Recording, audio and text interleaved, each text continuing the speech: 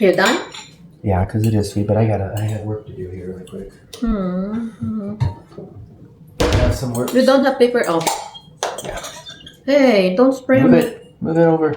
Not gonna be that much. Okay, ito ay imano-mano ko na lang paghuhugas kasi walang laman yung ating washing machine. Alangan naman, ito lang yung ating hugasan. Sayang ang kuryente at sayang din yung ating tubig, diba? Kaya lang, ay ganito na lang, ipump ko na lang ito dito. Imagine yung washing machine ay magra-run siya ng 50 minutes, 1 hour, tapos isang piraso, 2 piraso lang. Sayang, diba? So, kailangan talaga gamitin din natin ang ating mga kukuti na konti kung may kukuti ako. Hindi tayo kaya, I'm sure kayo may kukuti kayo. Sometimes ako hindi ko ginagamit yung kukuti ko. Boy, can you say ko? No, I'm too Please. It's late. Can you say ko? Huh? Can you say ko? Like KO? Yeah, ko. Kote. Kokote. Yeah, see? That's easy. You see, even if my husband is tired, he still supports me with my vlogging. So I hope you guys will also support me. Kokote means your common sense.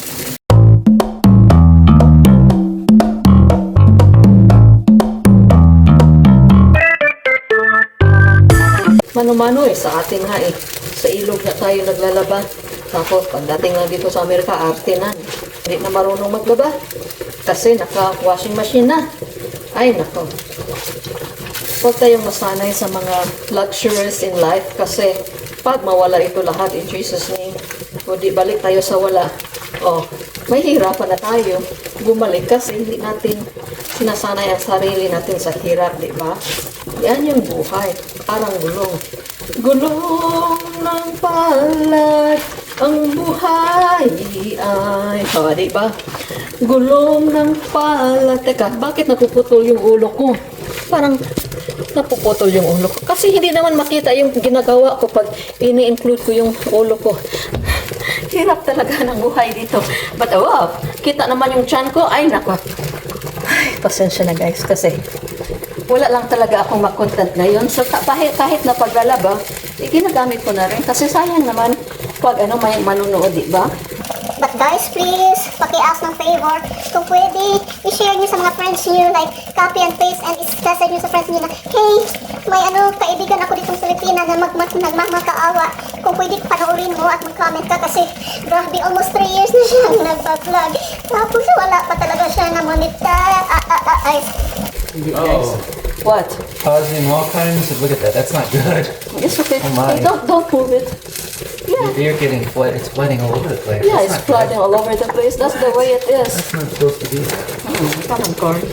You get. You will wipe that later. You're destroying my work. Kasi naglinis na siya. You say nag? No, I can't. Oh, come on, board. I was like telling them that even if my husband is tired, like he still does what I want him to do. Oh, I'm because he's very working. supportive of me. No, I'm working. Look at because I'm helping to work. Look at that. Kukabo. Kukabo. Kabo is Visayan for tin cups or tin. What do you call it? Yeah. Tabo is like a pail or a small. I know tabo. I said tabo. O tabo is still the same thing. K. T for Filipino, Tagalog, and K for Visayan. Oh, okay. Yeah. Why don't you tell them, Bart, how much you love me in Tagalog? I don't know how to say that. Oh, come on. Mahal kita. Maal? Hindi, maal. Para namang taal. It's mahal. Mahal kita, yeah. Mahal kita. Ah, diba? Love niya ako. Woo, my husband loves me. Woot, woot, woot. Tara na. Tara na daw. Uwi na kami. Let's drink. Guys, hindi talaga healthy ito. Mountain Dew na may smooth citrus. So, yan.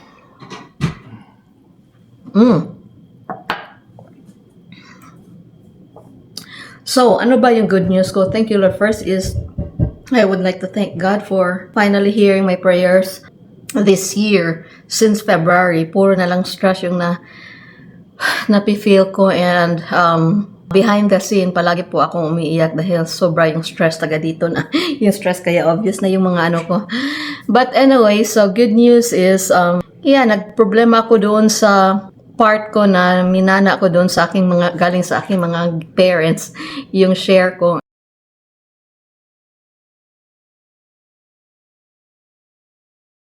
And it has been a very problematic area. Finally, yung auntie ko from Manila, umuwi siya doon sa amin. Tapos, yun, together with my cousin, pinuntahan nila sa munisipyo and then they were able to settle finally the papers at finally nabuhisan na yung auntie ng auntie ko. Sabi ko, auntie, sige te, like, you know, you let me know how much is everything that you've spent and then I refund kita. So, we. First step is natuklasan na namin, nagdala yung assessors, may locator sila, nagdala siya ng mapa at na-trace namin kung saan yung aking share na lupain. Although ngayon is kagubatan talaga doon, guys. Hindi nga makita yung isla. It's actually like, you know, on a hill overlooking the ocean. Kita mo sa ocean, yung horizon niya sa ocean ay makita mo yung Apo Island.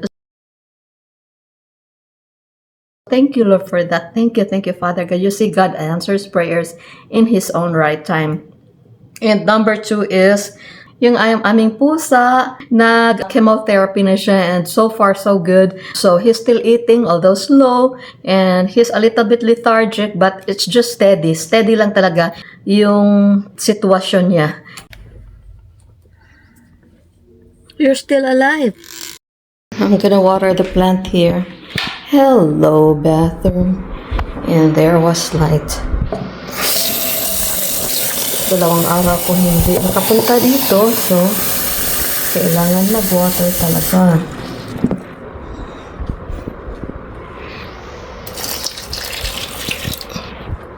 Yan. And then the third that I am like overly grateful.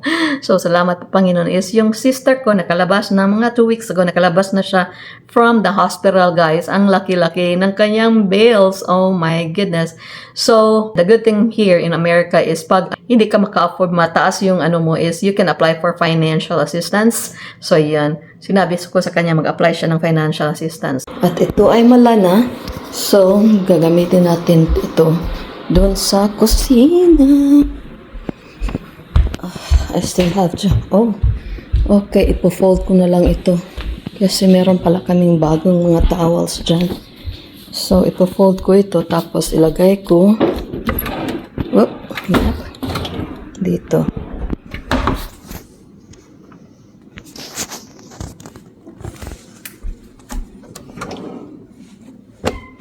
Yan. Diyan ka lang muna. Tapos, fourth is, oh my gosh, itong walang katapusang HOA. O, diba, na-penalty na kami, nakabayad na kami ng 200. So, that's like 12,000 pesos na penalty lang last year. Tapos, binigyan kami ng deadline again, mga April ata. Tapos, hindi namin na-beat yung April. We were still like doing some stuff. So, yun, na-penaltyhan na naman kami. Hindi kami magbabayad kasi we have really done our best. Sinabi kong I've emailed your office. I've been telling you guys na we are at the mercy of our carpenter because he only comes on weekends, blah, blah, blah, blah. And then, despite of that, penaltihan pa kami. Cheers! So, sinulatan ko siya. Without bursting my bubble, guys. Lahat ng mga silingan namin dito, every time they pass, like, and nasa labas kami, they would always say, you have done a really good job with, you know, with your house. And then sa front lawn namin,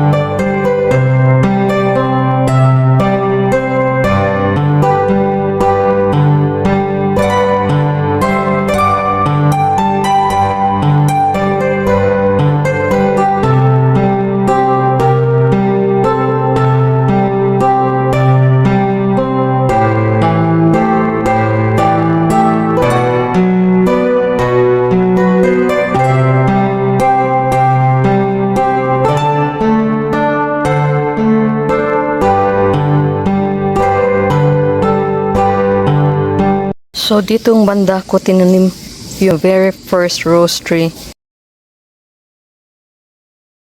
About 2 years ago. Tapos, kinalkal namin kasi masasagasaan siya. And eventually, it died anyway. We tried to save it, pero namatay pa rin.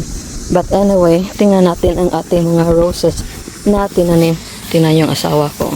Napakaliit kasi nasa bangin siya. Yan. Hi, Corey! He did not hear kasi yung weed eater ay napaka-lingasa. Tingnan nyo, nag-change ng color. May pink na siya or orange or whatever color is that. Tapos yung iba ay namamatay na. So, kailangan na rin putulin yan. At ito, wala pa rin kadala-dala. Yan, wala pa. Kailan? Pag hindi ka pa namunga this year, ewan ko na lang. Yan is still a baby. Tapos ito ay kinakain ng mga caterpillars yung kanyang leaves. Very sad. Pero, tingnan natin ang mga roses. Alam niyo guys, nadidismaya talaga ako sa roses na ito kasi yung nila, first bloom nila ay napakaganda pa. Pero ngayon, maliliit na lang yung mga flowers niya kasi itong soil namin dito ay parang simento yung oh, so pretty. Go smell the roses. Yan oh. So, dahil yung soil namin dito ay parang clay ba, so yun, hindi talaga namin na-dig ng deeper. So, shallow lang yung kanyang pinagtaniman. So, instead na malaki yung mga roses natin, hindi. Yan oh, regular size lang siya. Bena. Yan, binigay ni Beth. Tapos, yan, mga pinky 1, pinky 2. Ito si Reddy. Uy, namulaklak na sila. Tapos, yan o, si Pinky. Ito talaga yung pinaka-favorite ko. Yung color nito. Pero parang nag-iba yung color niya. Nagiging red instead na burgundy. Oh well, oh well. But anyway, so, ewan ko lang kung mabubuhay ito this coming winter. Kasi shallow lang yung pinagtaniman ko sa kanila. So, ay, siguro bibili din ako ng in the future pag magkapera na. Oh, look. Pag magkapera na, bibili ako ng mga hybrid na roses tapos itatanim ko dito, dyang banda oh.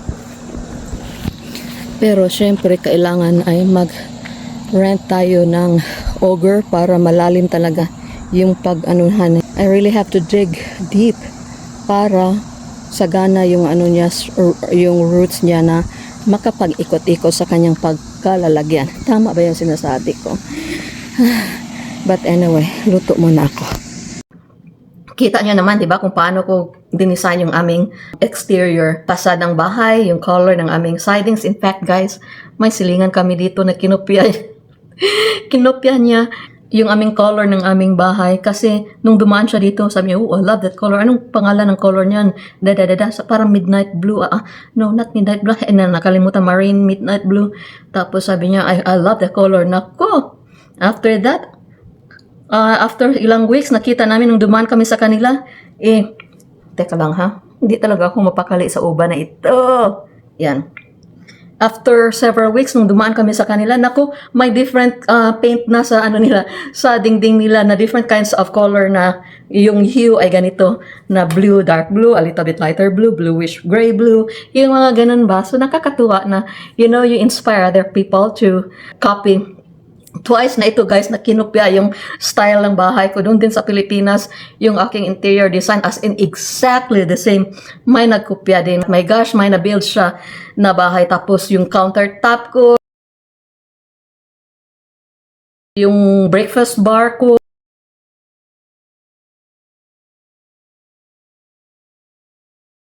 at saka yung tile ko, color ng tile ko, yung bathroom ko, kinopya talaga niya. Yung shower, kinopya lahat, pati na design ng mga styles ng mga tiles at iba pa. So, I kind of felt a little bit offended kasi gusto ko ako lang pag magkopya ka sa akin, wag naman lahat. Pati yung interior design ko kinopya, but oh well. Ganun talaga ang life. But in the same breath, I feel honored and flattered na, may nakagusto sa design ko, di ba? Sana, nag-interior designer na lang ako. But anyway, so yun, talking back about the HOA. So, every neighbor, they would come, like mag-stop sila, magda-drive through, and then mag-stop na, hey, ang ganda ng bahay niyo, ang ganda ng lawn niyo, you really did a good job, Thank you so much for beautifying, blah, blah, blah. And then, so here we are with the HOA. May penalty na naman kami. So sabi ko na, you know what, this is so distressing. Like, we are really doing our best to finish the deadline. It's just that we cannot do it because masakit yung payod ko, and my husband has full-time work, and our carpenter friend only comes on weekends. So everything is not under our control. Finally, he called and he said, okay, so here's the deal. May law kasi kami na dapat i-follow. Like, yeah, but, we're really, sinabi ko talaga we're really doing our best here. Like, our absolute best here. It's just that, sabi niya, yeah, kaya lang, yun nga, may law. So, ito na lang gagawin ko. I will just skip yung penalty niyo. I will just skip, but I will give you another deadline at the end of August. Dapat matapos na talaga yung sa gilid kasi may mga may mga bricks pa kami na kailangan tanggalin, yung mga ganun. That side, isang side na lang talaga. So, okay, at the end of August, everything should be clean on that side. Sabi ko, I will do my best, but I cannot promise, Sabi niya, because at the end of August, pag ma-clear up nyo na yung area na yan, ibabalik namin yung penalty na makuha namin sa inyo. Oh, that's good.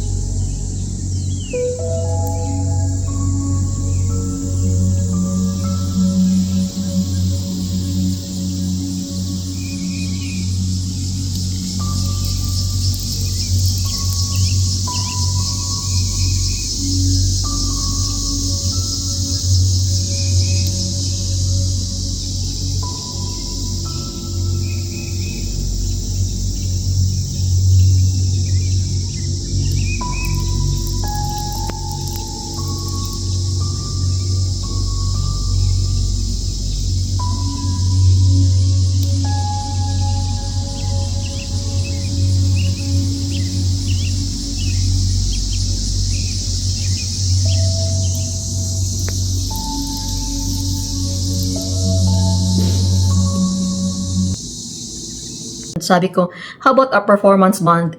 Like, I think nag-deposit kami ng 2,000 ata sa performance bond just in case masira yung daan. Kita niyo sa previous videos ko, itatag ko doon sa description below if I will not forget, na may mga trucks na heavy dump, may mga trucks talaga, may dump trucks, may cement trucks na pumupunta dito. Tapos, dahil sa construction, it's needed in the construction. So, yung performance bond na 2,000 ata, ay para yun sa, yung sa daan ba. So yun, nasira siya dahil sa mga dump trucks at sa mga heavy na mga equipments na pumupunta dito. So, after everything, wala na mga dump trucks na pumunta dito, inayos na namin, di ba? Nakita nyo sa videos ko before. So, sinabi ko sa kanya, how about, our performance bond, can I get them back? Kasi 2,000 is not a joke, And I get them back, and then after that, naayos na namin lahat yung mga sira-sira sa ano. Sabi niya, yeah, we can talk, I can go there and inspect everything, and then after that, we can give you back your performance bond. So, yun, hopefully, God willing, mabalik yung performance bond namin. So, yun yung gagamitin ko kasi wala na talaga kami ng budget, as in super duper, wala na talaga. Yung performance bond ko, yun yung gagamitin ko para i-fence doon sa aking property, dyan sa atin yung overlooking. So, I'm so excited, and like, I was so happy that, all these things, the thorns that I have been feeling for months and years now, yung sulupain namin ay gradually natatanggal na. So, wala nang say yung tao, yung babae, na mga, ay, akin yan. Akin, but ni mo. Akin, pareha lang kayo ng pangalan ng original na owner, So, yun. So, nabuhisan na, tapos may papers na. So, i-refund ko yung auntie ko sa lahat ng mga nagasta niya. And then, after that, ay magpagawa na ako ng title. And then, after that, nag-survey pala sila kanina. Imagine, like, I've been working on that thingy for like years and years, asking people to help me kasi wala ako doon Pero ngayon lang talaga, in just 1 or 2 days, ganon yung answer ng Panginoon. So, kudos to my aunt and to my cousin Dina for their big help. Salamat po, Panginoon. But ang pinaka-importante is, yung answered prayer is, that I have a Father who cares. Yung nakita niya yung grievances ko, yung anxiety ko sa pusa ko, sa kapatid ko, sa property ko dyan, at sa iba-iba pa, HOA dito, at saka financing doon sa aming driveway, thousands and thousands, and the Lord has provided. Hindi nahulog yung pera, ha? Sa aming kabilang bahay, may equity kami doon, so yun yung ginamit namin para dito. But the Lord has given us so many leeways so we can achieve our goal of, finishing this house, and hopefully, in the near future, we can finish everything. But for now, pwede na talaga itong matirahan after ma-transfer namin yung mga cats namin. So anyway, yun, ang pinaka-importante is I have a God who listens to my prayers, and He can be your God too. Jesus said, I am the way, the truth, and the life. No one can go to the Father except through me. Tapos I see Jesus, and the Holy Spirit will intercede our groanings. In other words, kahit na pag masakit talaga yung napifeel natin, kahit wala tayong masabi, the Holy Spirit will intercede for us dahil may Ama tayo na nagla-love sa atin. So anyway, continue ko yung lulutuin ko. Okay? Mwah!